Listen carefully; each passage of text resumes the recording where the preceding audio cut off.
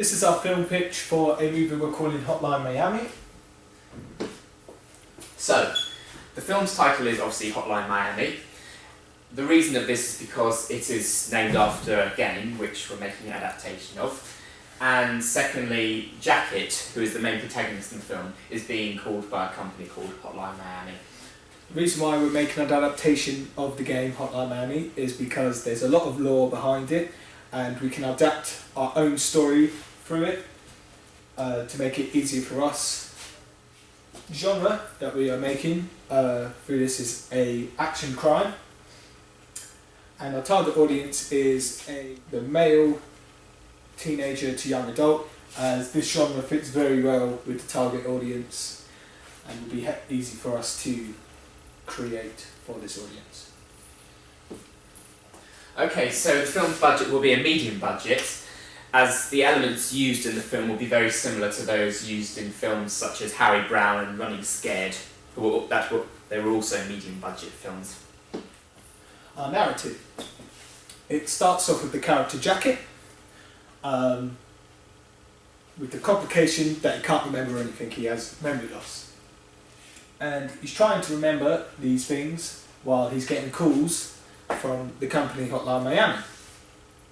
And he's been called as an assassin or a hitman to kill groups of people. While he's doing this, he meets a girl who can help him remember his memories, which gives him the resolve and helps throughout the film.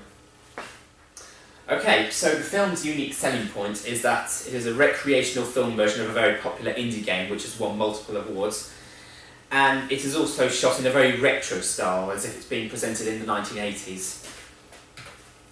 Our main events start off with the beginning with the protagonist, Jacket, who's fainted and then wakes up not remembering anything. Then he starts getting the calls and it starts off with mixed scenes of fighting or action scenes, and then through the midpoint Jacket gets the call from the girl and she can help him, but when he starts trying to remember these things, he's being monitored by the company who are dressed up as janitors, so he has to be careful, otherwise they can get someone to kill him. So the protagonist is called Jacket, and he is a silent protagonist who is quite angered most of the time and is a psychopath. The story includes some other mysterious characters which portray Jacket's mind, such as Richard Ramus and Don Juan, who all revolve around Jacket again. Yeah. So Richard Ramus and John Juan are Jacket's guides throughout the film, and they give him encrypted messages which Jacket tries to make sense of. Don Juan is the female character, and concerns about Jacket's well-being and his health, mentally and physically. She's mid-height, mid-size, and she wears a horse mask to conceal her face. So Richard wears a chicken mask, and he questions Jacket's life choice throughout the movie, and also looks identical to him. Ramus is another character. He hates Jacket and doesn't help him with any advice whatsoever. Instead, he tries to make him guilty throughout his actions he's made.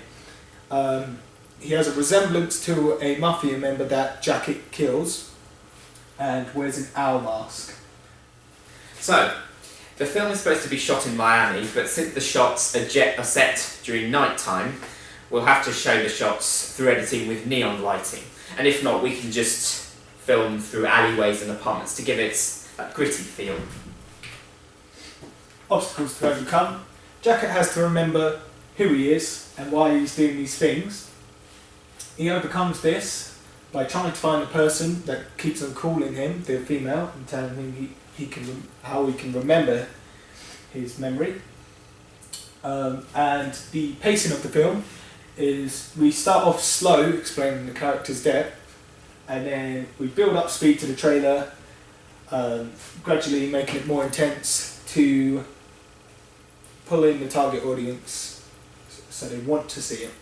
So, There'll be a voiceover throughout the beginning of the trailer it'll be read by Jacket, who's the protagonist, and he'll be there to explain the situation of what's going on, but not in too much detail. And this will obviously work well because it won't give away too much information to the audience, and therefore it will add a sense of mystery and won't ruin it. And we'll be using very synthetic and electronic music that will help with the pacing of the film. And Daft Punk is an example of this genre of music. Our on-screen graphics. The whole point of this film was to add a VHS feel to it, 1980s. Because that's the important aspect of the selling point for both the game and this movie adaptation. We will also include gun effects, green screening, and also maybe some slight blood flecks here and there. We've also created 2 taglines for this movie. We've got "Do as the caller asks," and our other tagline is "Dial something to die." Okay, so we will include on the trailer effects from Final Cut Pro, such as muzzle flares, and we will also include effects that will make the trailer look more like a VHS, which is obviously one of the unique selling points of this film. And on the trailer we will also include endorsements, and we'll give credit to actors, and we'll have our film title and the tagline. And of course we'll also give credit to the production team for the film, and we'll also show the release date of the film. How we want the trailer to end. We are going to try and end it abruptly in order to create more of a mystery towards the actual film. This will pull towards the target audience, and they would want to watch the movie as they don't know what's going to happen. That's the end of our PowerPoint. Thank you very much Thank for you for watching. That's it.